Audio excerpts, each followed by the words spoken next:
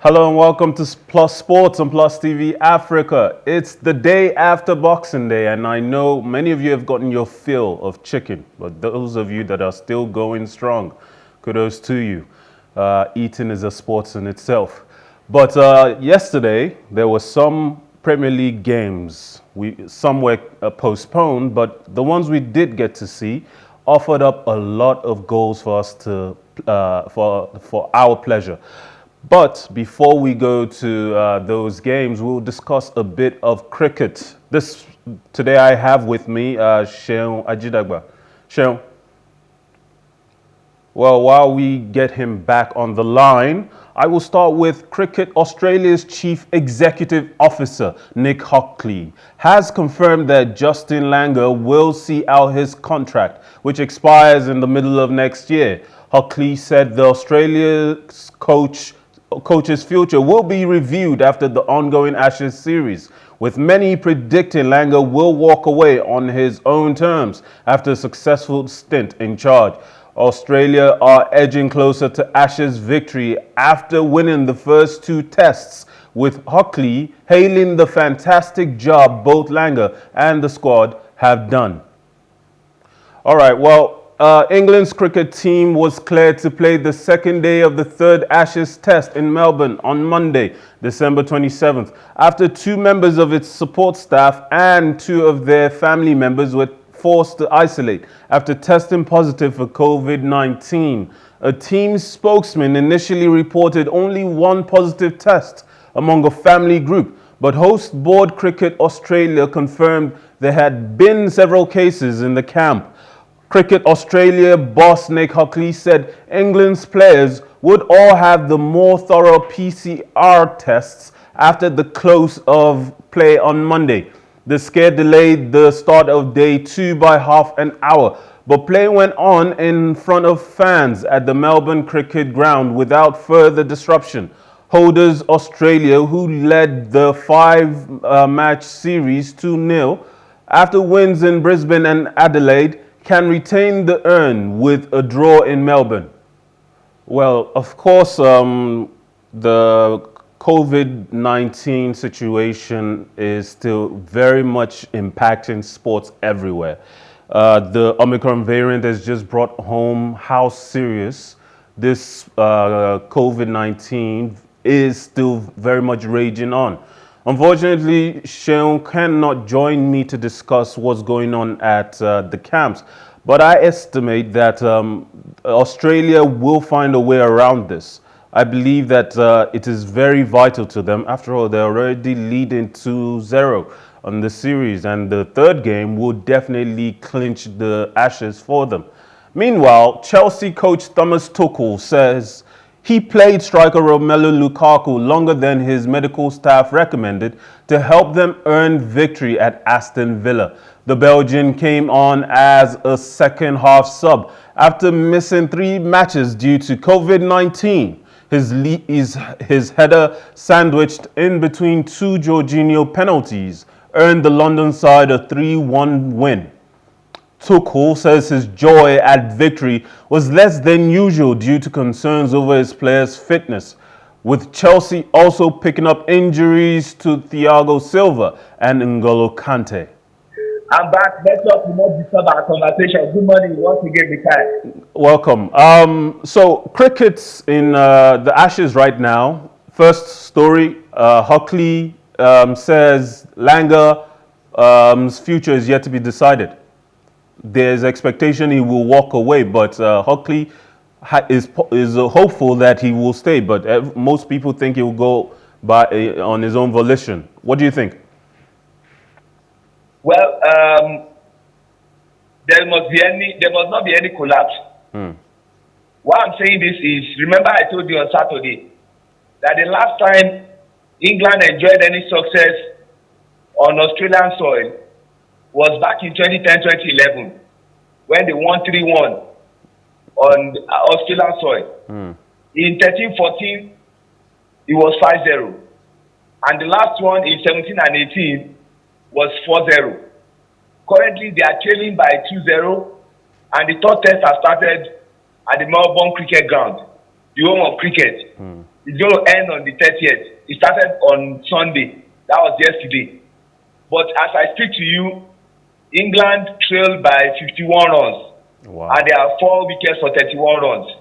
With 6 wickets remaining. They need to fight back. It looks like their captain's hopes that they will rally isn't quite going according to plan. They need to rally and get themselves back to winning ways.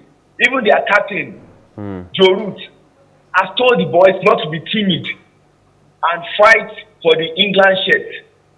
It seems as if most of their big stars are not coming to the party. The ones I can see are the likes of Joe Root, Anderson.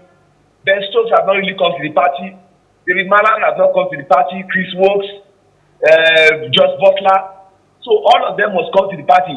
And against this ravaging Australian side, that has the likes of Pat Cummins, their captain, David Warner, Marcus Labuschagne, Marcus Harris, all coming to the party. So it's a sharp contrast of what England are doing to what Australia are doing. But Mikel, quickly, I just hope the death of Ray Illingworth. Illingworth was a former Test captain who died at age of 89. And one of his fond memories was in 1970-71 when they went to Australia and beat Australia in the Ashes. I hope they can play for the death of Ray Illingworth. But as it stands, England are not doing well. Is it a matter of the delay, the period in which England have not played regularly that is causing all of this? You talked about timidness. Is it as a result of having not played enough competitive games recently that is causing England to be so timid against a rival that they know very well? I don't agree with that. That will not sell with me. Why am I saying this? We have 3 formats of cricket. We have the Test cricket, we have the One-Day International, which is the 50 overs game, and we have the T20. Even in the midst of Corona, cricket games are still being played, except cases that are very severe that will make them cancel it. So some of these guys who are playing the Test understand the magnitude of this test. I know they are missing Geoffrey Archer, one of their top bowlers, but they still have a good number of guys who understand what Ashes is. Mikel, this is the most celebrated international cricket rivalry that dates back to 1882. So you should understand the importance of this game. You can't joke with it. Well, these are the top 2 biggest and best teams in world cricket. Obviously, you're right. It's always a tough rivalry and it's beloved and everyone wants to see it play out. But England seem to be unable to keep up with their eternal rivals. Let's move on to the Chelsea situation. Lukaku came on and made the difference. Chelsea could have easily lost that game. They already considered first, even though they managed to equalize within the first half. But the game, I believe, completely changed once Lukaku came on. What do you think? They needed a response. They were far from the chasing path. Following what Man City are doing, where they are blowing things away, they could not afford to go down anymore. If they had drawn yesterday's game, that would have been the top 2 draw of Chelsea. And I don't think Thomas Tuchel wanted that. But so then do you think... They went down, following that own goal by James, and they responded with penalty by Jorginho. When first half ended 1-1, Thomas Tuchel had to ring changes. And him bringing on Romelu Lukaku was the change that he was required. And do you think Lukaku himself also required?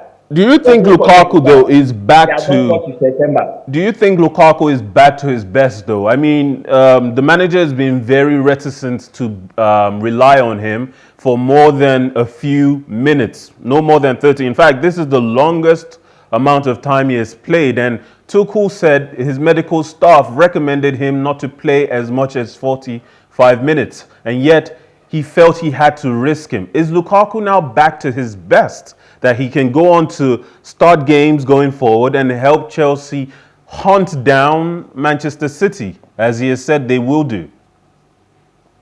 Uncle Mikel, allow me to call you that this morning.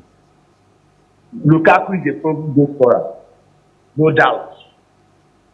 But one game cannot be a yardstick for us to start talking about Lukaku is back and better.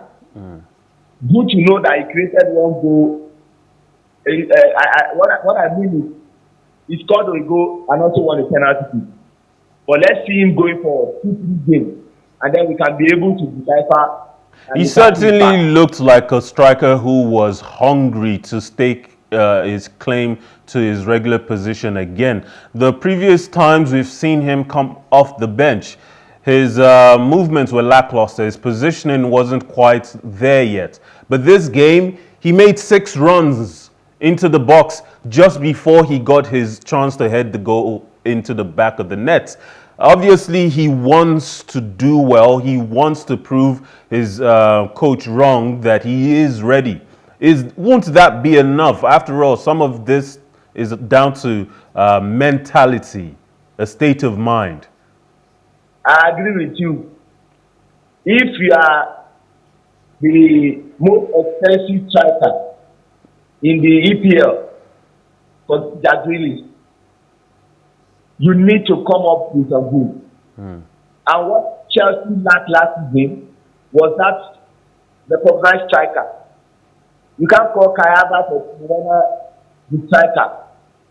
So he needed to respond. And I think that was good for Lukaku. That would be a confidence booster going into subsequent games. Speaking of having needed a strong striker, it seems to me like Chelsea still need one more number 9. Werner might leave the club. After all, he doesn't seem to be a reliable second option. Chelsea, I don't think, can afford to rely on just Lukaku going forward. What do you think? Might they dip into the window this season? This window? Might they dip into the market this window? You don't want to spoil the confidence of your most expensive player in Chelsea. So I put it to you. If you bring a striker that is not as expensive as Lukaku, and that starts banging the goal and hitting the ground running, it means your most expensive player will be sitting on the bench. Look at the case of Jack Grealish. £100 million at Man City, cannot get game time, has got only 2 goals and 2 assists. Not good enough at all. Speaking of Manchester City, Lukaku, what you'll be expecting is that while I'm not scoring, I'm creating, the other guys should be coming up with the goal. The likes of Mason Mount, the likes of Timo Werner, Havertz, Christian Pulisic, and Mikel, you know Chelsea. Chelsea have not really been that team that relies so much on the number 9. They believe so much in their midfielders. And that's why their former coach, Frank Lampard, is the highest scoring player in the history of Chelsea. And of course, by extension, they are looking. So they don't really rely on the central striker. All right. They rely on the other guys coming up to the team. Speaking of Chelsea having to compete with Manchester City, there was a little scare for Manchester City in the second half of their game against Leicester City. After a dominant first half, they seemed to tail off. Brendan Rodgers praised his Leicester City side's mentality as they threatened to produce a comeback for the ages against Manchester City before eventually losing 6-3 at Etihad. Leicester were 4-0 down in 25 minutes, but scored 3 times in the second half to pull the score back to 4-3, only to concede 2 goals from corners. Rodgers says Leicester's combination of injury and COVID-19 issues have made this current spell the toughest of his managerial career, and they're scheduled to face Liverpool on Tuesday. Now, before I talk about Leicester City's woes, I want to mention the fact that Manchester City, obviously the Premier League is a place where any team can get blown out. But Manchester City seem to have made an art of it under Pep Guardiola. And going into this game, it should have been a somewhat tough test. Maybe we could have seen a 3-1 scoreline. But it ended 6-3, 4-0 in the first 25 minutes. Is this just a champion in the waiting? Are they just buying time to be crowned? Mikel, you don't want us to get into this zone. Prior to the start of this season, it was all about they don't have a recognized striker. All their efforts to get a proper number 9 was thwarted.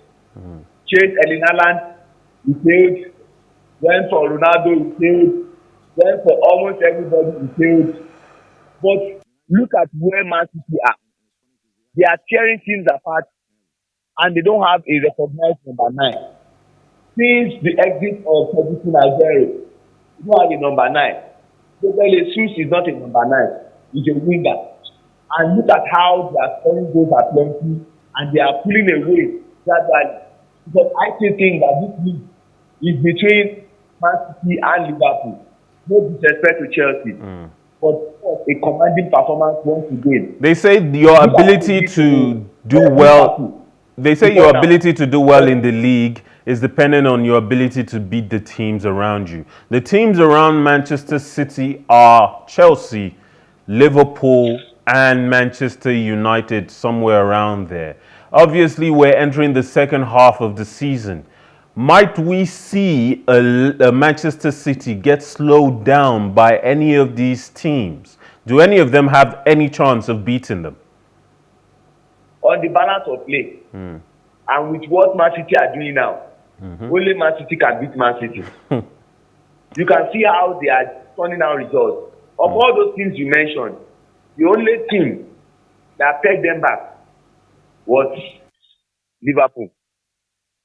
Last season when they won the league, they won winning 18 straight games. Now they are on 9, Mikel. Absolutely fantastic. And a brilliant performance from Pep Guardiola's men. These guys know how to grind out results. And yes, they speaking, do. But I feel that a team like Leicester City, given their struggles within the first half of that game, the fact that they could still come back in the second half and put 3 past Manchester's defense probably promises that a team like Liverpool can do the same and certainly defend better than Leicester did. But let's see the Premier League results from yesterday. For the games that we got to see, the ones that weren't postponed, we saw that West Ham and Southampton delivered such a fantastic goal-scoring feast for the neutral. Tottenham also scored 3-0 against Crystal Palace, although Crystal Palace were missing their manager on the sidelines due to his positive test for COVID-19. Norwich City lost so badly, 5-0 to Arsenal. Manchester City, as we've already said, beat Leicester 6-3. Aston Villa 1-0 to Chelsea's 3. And Brighton managed to beat Brentford 2-0, picking up their first win in about 5 games. It seems that the Premier League, even during a time that the competition is at such fever pitch level, teams are still blowing each other's defenses away. Don't forget that there will be a game that we play tonight. Manchester United, Newcastle. Because 3 matches were postponed owing to COVID issues. But Mikel, from the 6 matches that was played, we saw 28 goals. That was absolutely brilliant. 5-star performance from Arsenal, ensuring that what position we are still in the shout. And credit must go to the likes of Bukayo Saka, Tierney, Lacazette, and Emile Smith-Rowe. All of them coming to the party. I was surprised with what happened between West Ham and Southampton. Southampton beating West Ham. I never saw that coming. That was a brilliant performance from Southampton, winning away from home. All right, Seun. Credit was all, yeah. Sorry, we're out of time, but I want to appreciate you for joining me today on Plus Sports. Always a pleasure having you. Thank you very much, Mika. Hope to speak to you again very soon. Now, the Milwaukee Bucks were again thankful for the all-around brilliance of Giannis Antetokunmpo as they secured a dramatic comeback win over the Boston Celtics in the NBA. The defending champions were not ahead in the contest until there was just 30 seconds to go in the fourth quarter as Wesley Matthews drained a huge three-pointer. But it was two-time MVP Antetokunmpo who was the star. He drained 36 points, grabbed 12 rebounds, and dished out 5 assists in the 117-113 win. His huge block in the dying seconds on Robert Williams III all but sealing the win. I leave you with the track. It's always a pleasure having you on Plus Sports. Join us next time. My name is Mikhail Tinubu. Remember, life is never boring with some sports.